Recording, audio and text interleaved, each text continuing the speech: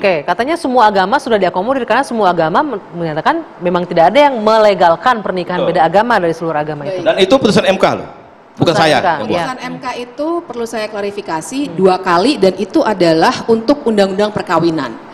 Nah, jadi yang juga harus diperhatikan adalah Undang-Undang Administrasi Kependudukan tentang pencatatan pernikahan. Jadi kalau dibaca tuh struktur Undang-Undang Administrasi Kependudukan itu adalah pencatatan untuk semua peristiwa-peristiwa dalam kehidupan warga negara, mulai dari kelahiran sampai kematian. Nah, jadi konteksnya adalah dikatakan dalam pasal 35 itu pencatatan perkawinan yang ditetapkan oleh pengadilan itu wajib dicatat oleh negara. Betul. Nah, itu konteksnya. Nah, sekarang kan konteksnya pengadilan hakim udah nggak boleh lagi memutus melegalkan, artinya nggak akan bisa dicatatkan lagi. In reality tentu saja SEMA itu harus diikuti oleh semua hakim.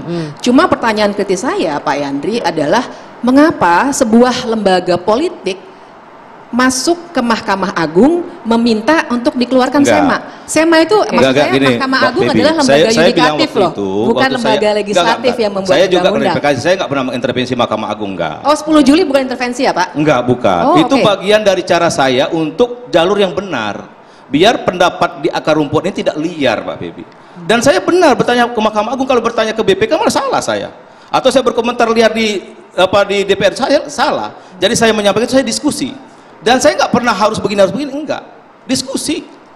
Diskusi, enggak, coba bisa diklarifikasi. Dan kalau TV nggak besok bisa tanya ke Pak Saprudin. Jadi Anda melihat nggak ada intervensi Mbak Bibi, enggak. Ini lebih politis dari Mahkamah Agung. Sebentar Mas Hendri, ini ada unsur politisnya Anda melihatnya begini. Oh iya, saya kira kan kita nggak bisa naif juga ya menganggap sekuat itu saya, nggak mungkin lah sekuat itu. Ingat jabatan Bapak adalah Wakil Ketua Majelis Permusyawaratan Rakyat. Iya betul, karena itulah saya tidak mau naif untuk bilang bahwa Bapak tidak punya kekuasaan sama sekali.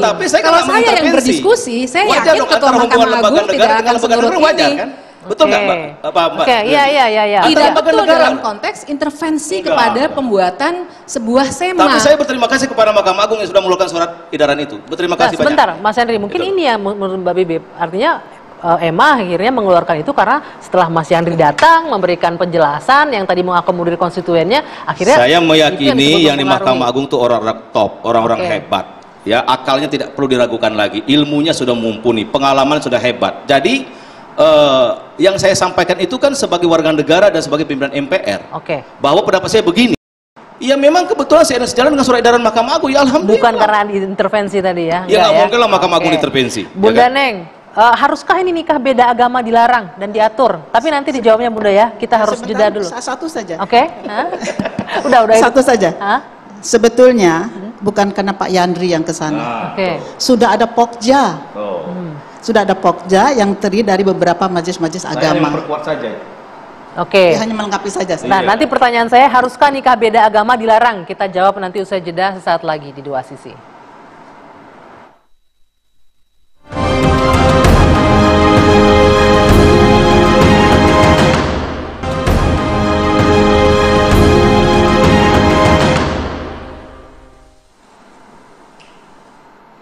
Ya, saya lanjutkan, Bu Naneng, boleh nggak langsung dijawab ini? Apakah haruskah ini nikah beda agama ini dilarang dan diatur oleh negara? Harus. Kenapa? Argumentasinya apa? Pertama adalah kita melihat dari pengertian perkawinan itu sendiri. Tentu Ananda sudah hafal semua lah. Jadi perkawinan adalah ikatan lahir batin antara seorang pria dengan seorang wanita sebagai suami istri untuk membentuk rumah tangga yang bahagia dan kekal berdasarkan ketuhanan yang Maha Esa. Nah, pasal 2 ayat 1-nya. Perkawinan adalah sah apabila dilakukan menurut hukum masing-masing agamanya dan kepercayaannya itu. Nah, perkawinan yang sah itulah baru dicatat dalam pasal 2 ayat 2. Tiap-tiap perkawinan dicatat menurut peraturan perundang-undangan yang berlaku. Jadi yang dicatat itu perkawinan yang sah.